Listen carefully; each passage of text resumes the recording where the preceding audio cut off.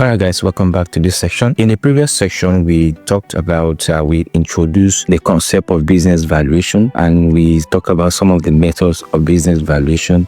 In this section, we are going to concentrate on the income-based valuation, which is we are going to dwell more on the discounted cash flow valuation method. So why is discounted cash flow valuation method important to a startup business? Now, discounted cash flow valuation method is one of the most important methods for valuing companies, especially startup companies. And why is this important? Startup often have few or no asset at all, right? Unlike established companies, startup usually don't have many physical assets or a long financial history. Traditional valuation method like the asset-based valuation approach may not work well because a startup rely more on future potential than on what they currently own. So that is why this evaluation is actually very important. So a startup often have few assets or no asset at all. Another reason why this evaluation is important for a startup is revenue and profit are unpredictable. Now, most startups don't generate high profit in their early years. So instead of looking at past earnings, investors focus on startup future earning potentials. This evaluation looks at the future value of the company.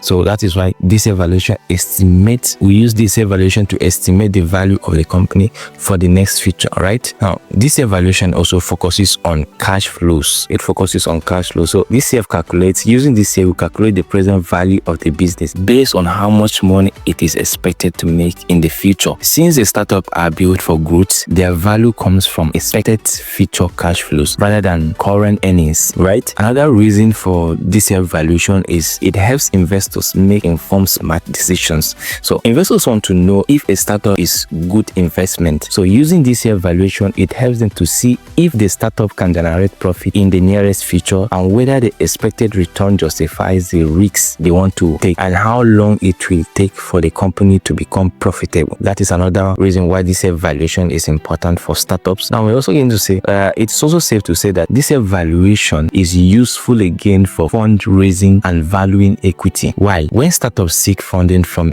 venture capitalists or angel investors, they need to justify their valuation. Since startups often operate at a loss in their early years, this provides a structured way to estimate their worth based on a projected growth rate, right? Then another reason why this evaluation is important for startup is it accounts for risk and time value of money. So this applies a discount rate to adjust for risks. Since startups have a high chances of failure, in the future. So their future cash flows are discounted at a higher rate to reflect that risk. So this ensures a realistic valuation rather than an overly estimated one, right? So let's take an instance on how this evaluation works. So let's say, for instance, a business has a projected cash flow, let's say in the first year, second year, third year, right? Let's just use this 3 years, or let's make it 5, say 4, 5. It has a projected cash flow for, let's say it has 50,000. That's its projected cash flow for the first year, and it has 100,000. Then has 300, or let's say 200. Let's say it has 400 here.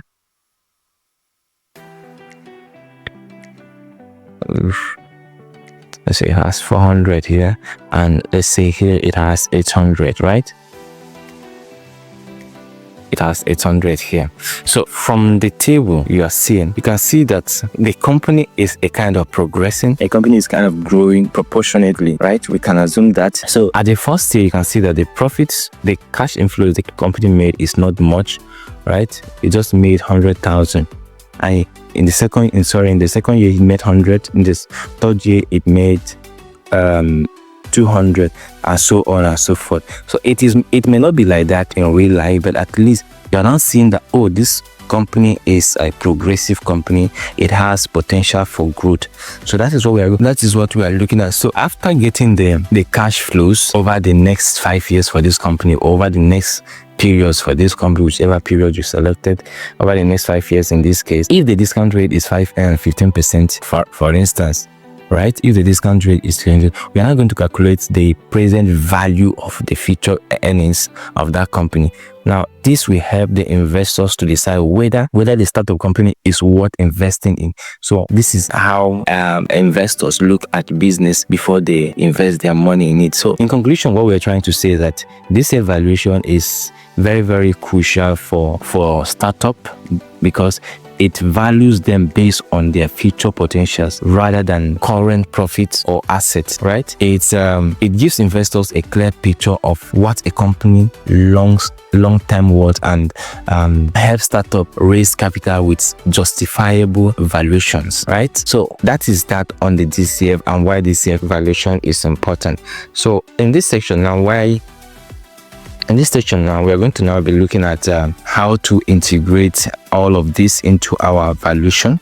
Let me remove this now. We're going to now look at how to integrate all this concept into our business valuation for Prescott Global Enterprise, which is our prestigious company that we're using to learn. Okay, that's what we're going to do. So first of all, we are going to now look at these things. If you look at here, I have pre-formatted everything in advance for us so that we cannot waste time. Of course, you should know this, how to format all this by now. If you have not, that means you are a new person in this channel. So we have to go back to our previous classes to check how we arrive at all this formatting, and that we have consistency in everything we do, right? So we're now going to look at how to calculate this, fill in our assumptions, then we can now start calculating. Now, the first thing we're going to look at is what is called free cash flows of a firm or of the company. Now, what is free cash flow? Free cash flows is actually talking about the money a company has left, that is after paying its expenses and investment. It shows how much cash a company can use freely, whether for expansion, paying off debts, or giving back to investors. So this is where we are going to get it from. That's the free cash flow, right? Now, but before we do that, let's bring in our tax. How do you bring in our tax? You just put your equal to sign. Remember, I renamed the tax rate earlier on. I'll just put my equals to sign and go and either say tax rate, because I renamed it earlier on, tax rate, or I'll go to my input. I'll go to my input and look for the tax rate. So this is a tax rate and put it. Sometimes I prefer using the rename cell. It will be easier for me than to be going back and forth. So if I say tax rate, you can say tax rate equals to this, then enter. So you give you this. So when you get this, when you link this, remember it's a link cell, and drag it forward, right? You can drag it forward and apply your formatting in it.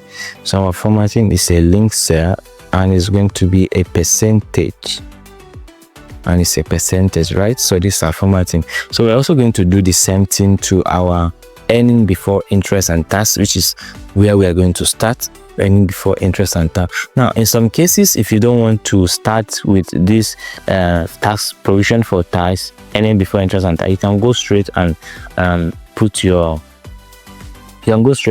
your profit for the year. But always make sure that you add back your depreciation, which is very, very important. Add back your depreciation. So you now go to your income statement. You go to your income statement, earning before interest and tax. Now enter. Then you fill this one in. So now what you're going to do is to calculate your tax. So your tax is going to be, that's the tax rate multiplied by the earning before interest and tax. Then you enter. You click and drag forward.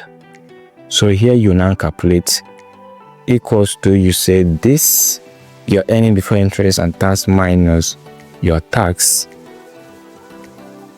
Minus your tax, you have the net operating profit after tax. Net operating profit after tax, that is what this means. Net operating profit after tax. So when you get that, you now add back your depreciation. Depreciation, remember, depreciation is not a cash. It doesn't involve a movement of cash, so it's a non-cash item. So add back our depreciation. You come to your depreciation, you add it back. Add back your depreciation, remove, put minus sign at the front. a different to remove. That you now say click and drag it forward. So remember when we are defining our free cash flow, we see that free cash flows is the money that is left with a company after paying for its expenses and investment. So what are those investments? Those investments are the capex. That's the capital expenditure the business made, right, at the end of the period. So that is what we have here. That's just the simple interpretation of this capex. So we're not going to say, okay, what is our capex? So our capital expenditure. So our capital expenditure is now going to, we're not going to say equals to, and not lessen our capital expenditure. So equals to, you come to your cash flow statement. There's another place you can find that cash flow statement. You come to your PPE equals to this, then you enter. Then you now also less your changes in working capital. Now, changes in working capital, I have explained that in the previous section, so you can go back and watch that to understand how we calculate our changes in working capital, which I gave us 2 instances or 2 ways of doing that. So you can go back to our previous class and get how we can calculate our working capital. So let's go back. Working capital, you can either come to your cash flow statements and get your working capital, which is the all of this is a working capital, but I won't be doing that because there's a place I specifically calculated the working capital separate, the changes in working capital separately. So which is in the calculation method, we have changes in working capital. So this is this equal to this, then divided by the divisor, then now enter. So we have, this is our changes in working capital, right? Now, so our changes in working capital, I can just, okay, let me just calculate this. So to calculate our free cash flow, like I say, let me reiterate again. I say we define free cash flow as what we say is the money that is left with a company, that is after paying off its expenses and investment. Whatever it is left is now free cash flow to the business or to the firm. And we say also it shows how much a business can use freely. We list our expenses, that's why we have the earning before interest and tax. They will not list our tax. So after listing our tax, we now have what is called the NOPAT. So the NOPAT is net operating profit after tax.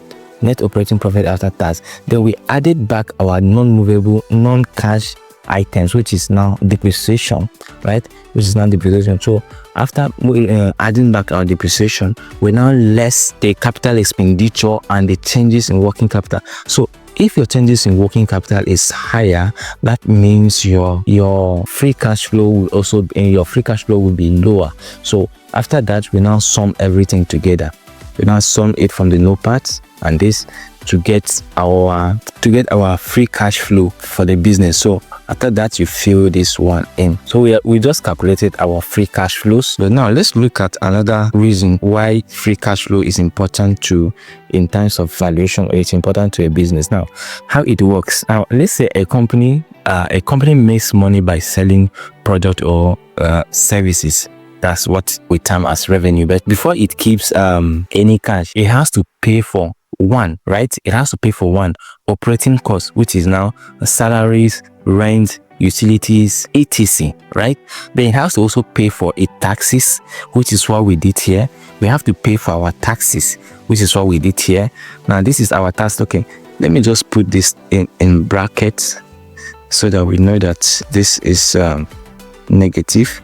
Let me put it in brackets. Don't worry, I'll change the formula for the notepad. I like putting it like this so that you differentiate it. So I can just sum this up just to give me the same answer. Okay, I like my negative values to equating values always be in brackets. What it means is that we have to now deduct that which we have already done, then add back. We now added back non-cash movement or non-cash items, right, which is now the depreciation. We added it back and we less our capital expenditure. That's those things, those investments we made in the business by buying equipment, let's say building or and software used in running the business. All these things are what we refer to as capital expenditure, right? So after that, we have what is called the free cash flows. So we have the free cash flow. So this free cash flow is important. It shows the financial health of the company. A company with a high free cash flow has enough cash to grow and survive tough times. So the higher the free cash flow, the higher the potentials for growth. Investors also look at these things. It's also important because it is used to determine the growth, as the companies can use free cash flows to expand, develop new product, or enter new markets using their free cash flows, because the free cash flow is the money that is left with them. They can use it to do anything they want. Right now, it is also used to pay off debts. So if the company has collected loan in the past, so this free cash flow is going to allow them to, is going to give them the ability to, because they have the money now, they can decide to pay off their debts, or they can even decide to use it to reward their investors. Of course, when an investor invests in a business, at the end of the day, what the investor wants is the ability to smile. How will he smile if the company is making profit and if the company is paying dividends? So the company may decide from the free cash flow to pay its dividends, right? To pay a dividends to the shareholders. Okay. In a nutshell, free cash flow is important because it tells us how much real cash a company has after taking care of its expenses. Investors love companies with strong free cash flows because they have more money to grow and reward their shareholders, right? So when we come back in the next section, we're going to be looking at the cost of equity. If you're liking the values you're getting here, like, share, and comment. Okay, like, share, and comment to encourage us to do more. And if you have any suggestion you want to give us, or if you have any recommendation on how to improve your learning experience, on how to improve our presentation experience, you can also drop it at the comment section. We are always open to learning new things, right? All of us are learning from each other. So thank you, and see you in the next section where we'll be talking about cost of equity.